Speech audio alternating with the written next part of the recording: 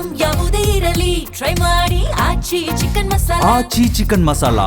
Indira ಕ್ಯಾಂಟೀನ್ಗೂ gas ಕೊರತೆಯ effect ತಟ್ಟಿದೆ. Gas ಪೂರೈಕೆಯಾಗದಿದ್ರೆ Indira canteen ಹಾಗಾದ್ರೆ ಬಂದ್ ಆಗುತ್ತಾ ಅನ್ನುವಂತಹ ಪ್ರಶ್ನೆ ಎದುರಾಗಿದೆ. 170ಕ್ಕೂ ಅಧಿಕ ಇಂದಿರಾ ಕ್ಯಾಂಟೀನ್ನಲ್ಲಿ ಆಹಾರ ಕೊರತೆ ಎದುರಾಯ್ತಾ ಅಂತ ಹೇಳಿ ಸದ್ಯ 2 ದಿನಕ್ಕೆ ಆಗುವಷ್ಟು ಆಹಾರ ತಯಾರಿಕೆಗೆ ಗ್ಯಾಸ್ ಇದೆ. ಸಮಸ್ಯೆ ಬಗೆಹರಿಸುವಂತೆ ಗುತ್ತಿಗೆ ಕಂಪನಿಗಳಿಂದ ಜಿಪಿಗೆ ಪತ್ರವನ್ನ ಬರೆಯಲಾಗಿದೆ. LPG ಗ್ಯಾಸ್ ಇಲ್ಲದೆ ಇಂದಿರಾ ಕ್ಯಾಂಟೀನ್ನಲ್ಲೂ ಕೂಡ ಇದೀಗ ಸಮಸ್ಯೆ ಹೆಚ್ಚಾಗಿದೆ. ಬಳಿಕ ಅನಿವಾರ್ಯವಾಗಿ ಬಂದ್ ಮಾಡಬೇಕಾದಂತ ಸ್ಥಿತಿಯಲ್ಲಿ ಸದ್ಯ ಇಂದಿರಾ ಕ್ಯಾಂಟೀನ್ ಇದೆ. ಗುತ್ತಿಗೆದಾರರಿಗೆ ಪರ್ಯಾಯ ವ್ಯವಸ್ಥೆಯನ್ನ ಕಲ್ಪಿಸಿ ಕೊಡಿ ಅಂತ ಹೇಳಿ ಗ್ರೇಟರ್ ಬೆಂಗಳೂರು ಪ್ರಾಧಿಕಾರ ತಿಳಿಸಿದೆ. ಆಹಾರ ತಯಾರಿಕೆಗೆ ಗ್ಯಾಸ್ ಕೊರತೆಯಾಗ್ತಾ ಇದೆ ಅಂತ ಹೇಳಿ ಲೆಟರ್ ಅನ್ನ ಬರೆದಿದ್ದಾರೆ. ಮಧ್ಯಪ್ರವೇಶಿಸಿ ಕ್ಯಾಂಟೀನ್ಗೆ ಆಹಾರ ಪೂರೈಸಲು ಅಗತ್ಯವಾದ ಕ್ರಮವನ್ನ ತೆಗೆದುಕೊಳ್ಳಿ ಅಂತ ಹೇಳಿ ಮನವಿಯನ್ನ ಮಾಡಿಕೊಳ್ಳಲಾಗಿದೆ. ಸಮರ್ಪಕವಾಗಿ ಆಹಾರ ತಯಾರು ಆಗದ ಹಿನ್ನೆಲೆ ಪೂರೈಕೆಯಲ್ಲೂ ಕೂಡ ವಿಳಂಬ ಮಾಡಲಾಗ್ತಾ ಇದೆ. ಸಮಸ್ಯೆ ಹೀಗೆ ಮುಂದುವರೆದ್ರೆ ಆಹಾರ ಪೂರೈಕೆ ಕಷ್ಟ ಅಂತ ಹೇಳಿ ಗುತ್ತಿಗೆದಾರರು ತಮ್ಮ ಅಭಿಪ್ರಾಯವನ್ನು ವ್ಯಕ್ತಪಡಿಸ್ತಾ ಇದ್ದಾರೆ. ಗುತ್ತಿಗೆ ಕಂಪನಿಯ ರಿವಾರ್ಡ್ ಸಂಸ್ಥೆಯಿಂದ GBA ಸೇರಿದಂತೆ ಎಲ್ಲ ನಗರ ಪಾಲಿಕೆಗಳಿಗೂ ಕೂಡ ಈ ರೀತಿಯಾಗಿ ಪತ್ರವನ್ನ ಬರೆದು ಮನವಿಯನ್ನ ಮಾಡಿಕೊಳ್ಳಲಾಗಿದೆ. ಗ್ಯಾಸ್ ಸಿಲಿಂಡರ್ಗಳ ಕೊರತೆ ಹಿನ್ನೆಲೆಯಲ್ಲಿ ನಗರದ 30ಕ್ಕೂ ಹೆಚ್ಚು ಇಂದಿರಾ ಕ್ಯಾಂಟೀನ್ಗಳಲ್ಲಿ ಬುಧವಾರವೂ ಕೂಡ ಊಟ ಪೂರೈಕೆಯಲ್ಲಿ ವ್ಯತ್ಯಯವಾಗಿದ್ದು ಮುಂದಿನ 1-2 ದಿನಗಳಲ್ಲಿ ಇಂದಿರಾ ಕ್ಯಾಂಟೀನ್ಗಳಿಗೆ ಆಹಾರ ಪೂರೈಸುವಂತಹ ಕಿಚನ್ಗಳಿಗೆ ಸಮರ್ಪಕವಾಗಿ ಸಿಲಿಂಡರ್ ಪೂರೈಕೆಯಾಗದಿದ್ರೆ ನಗರದ 175ಕ್ಕೂ ಹೆಚ್ಚು ಇಂದಿರಾ ಕ್ಯಾಂಟೀನ್ಗಳು ಬಂದ್ ಮಾಡುವಂತಹ ಆತಂಕ ಒಂದು ಕಡೆ ಸೃಷ್ಟಿಯಾಗಿದೆ. 33 ಕ್ಯಾಂಟೀನ್ಗಳಿಗೆ ಆಹಾರ ಪೂರೈಸುವಂತಹ ಮಲ್ಲೇಶ್ವರದ ಕಿಚನ್ಗೆ ಸಿಲಿಂಡರ್ಗಳು ಪೂರೈಕೆ ಆಗದ ಕಾರಣ ಮಧ್ಯಾಹ್ನ ಊಟವನ್ನ ತಯಾರಿಸಿಲ್ಲ.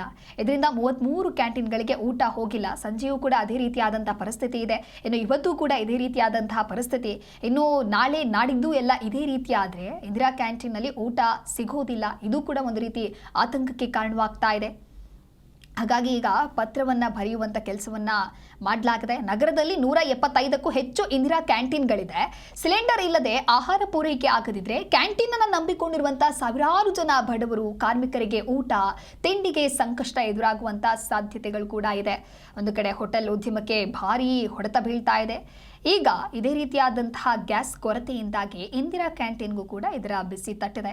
LPG ಗ್ಯಾಸ್ ಇಲ್ಲದೆ ಇಂದಿರಾ ಕ್ಯಾಂಟೀನ್ನಲ್ಲಿ ಈ ರೀತಿಯಾದಂತಹ ಸಮಸ್ಯೆ ಎದುರಾಗಿದೆ. ಇದಕ್ಕೆ ಸಂಬಂಧಪಟ್ಟಂತೆ ಮತ್ತಷ್ಟು ಮಾಹಿತಿಯನ್ನು ನೀಡ್ತಾರೆ ನಮ್ಮ ಪ್ರತಿನಿಧಿ ಮಂಜುನಾಥ್ ಹೊಸಹಳ್ಳಿ ದೂರವಾಣಿ ಸಂಪರ್ಕದಲ್ಲಿ. ಮಂಜುನಾಥ್, ಇಂದಿರಾ ಕ್ಯಾಂಟೀನ್ಗೂ ಕೂಡ ಗ್ಯಾಸ್ ಕೊರತೆಯ ಎಫೆಕ್ಟ್ ಯಾವ ರೀತಿ ತಟ್ಟಿದೆ ಅಂತ ಹೇಳಿದ್ರೆ ಆಹಾರವನ್ನು ಒದಗಿಸೋದಕ್ಕೆ ಆಗ್ತಾ ಇಲ್ಲ, ಆಹಾರವನ್ನು ಮಾಡೋದಕ್ಕೆ ಕೂಡ ಅಲ್ಲಿ ಆಗ್ತಾ ಇಲ್ಲ. ಹೀಗೆ ಮುಂದುವರೆದ್ರೆ ಇಂದಿರಾ ಕ್ಯಾಂಟೀನ್ ಬಂದ್ ಆಗತ್ತಾ ಹೇಗೆ?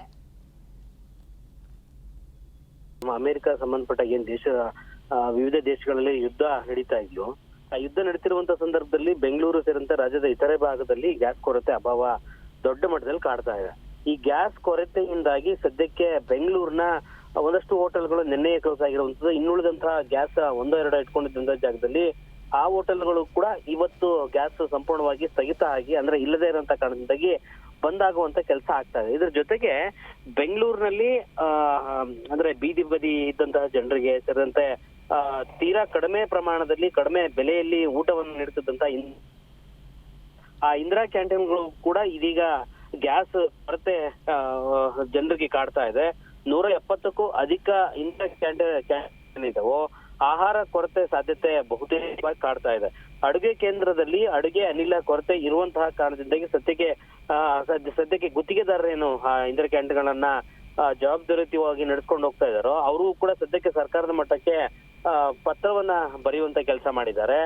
ಅನಿವಾರ್ಯವಾಗಿ ಬಂದ್ ಮಾಡಲೇಬೇಕಾದಂತ ಸ್ಥಿತಿ ಕೂಡ ಇಂದಿರಾ ಕ್ಯಾಂಟೀನ್ಗೆ ಆಗುವಂತ ಸಾಧ್ಯತೆ ಇರುವಂತಹ ಕಾರಣದಿಂದಾಗಿ LPG ಗ್ಯಾಸ್ ಇಲ್ಲದೆ ಇದ್ದಂತ ಎಲ್ಲಾ ಇಂದಿರಾ ಕ್ಯಾಂಟೀನ್ಗಳು ಕೂಡ ಕೂಡಲೇ ನೀವು LPG ಗ್ಯಾಸ್ ಗಳನ್ನ ಸಪ್ಲೈ ಮಾಡ್ಬೇಕಾಗತ್ತೆ. ಇಲ್ಲದೆ ಇದ್ರೆ ನಾವು ಕೂಡ ಅನಿವಾರ್ಯವಾಗಿ ಇಂದಿರಾ ಕ್ಯಾಂಟೀನ್ಗಳನ್ನ ಕ್ಲೋಸ್ ಮಾಡಿದ್ರೆ ಅದು ನಾವು ನಮ್ಮ ಜವಾಬ್ದಾರಿ ಎಲ್ಲ ನಮ್ಮ ಮೇಲೆ ಹೊಣೆ ಹಾಕೋದು ಬೇಡ ಎನ್ನುವಂತ ನಿಟ್ಟಿನಲ್ಲಿ ಸರ್ಕಾರಕ್ಕೆ ಪತ್ರವನ್ನ ಬರೆಯುವ ಮೂಲಕವಾಗಿ ಸದ್ಯಕ್ಕೆ ಅವರಲ್ಲಿರುವಂತ ಸಮಸ್ಯೆ ಗ್ಯಾಸ್ ಸಮಸ್ಯೆಯನ್ನ ಬಗೆಹರಿಸುವಂತ ಕೆಲಸ ಸರ್ಕಾರ ಮಾಡುತ್ತಾ ಎನ್ನುವಂತ ಸದ್ಯಕ್ಕಂತೂ ಒಂದು ಪ್ರಶ್ನೆ ಆಗಿದೆ Divya. Okay, thank you Manjunath ನಿಮ್ಮೆಲ್ಲ ಮಾಹಿತಿಗಾಗಿ.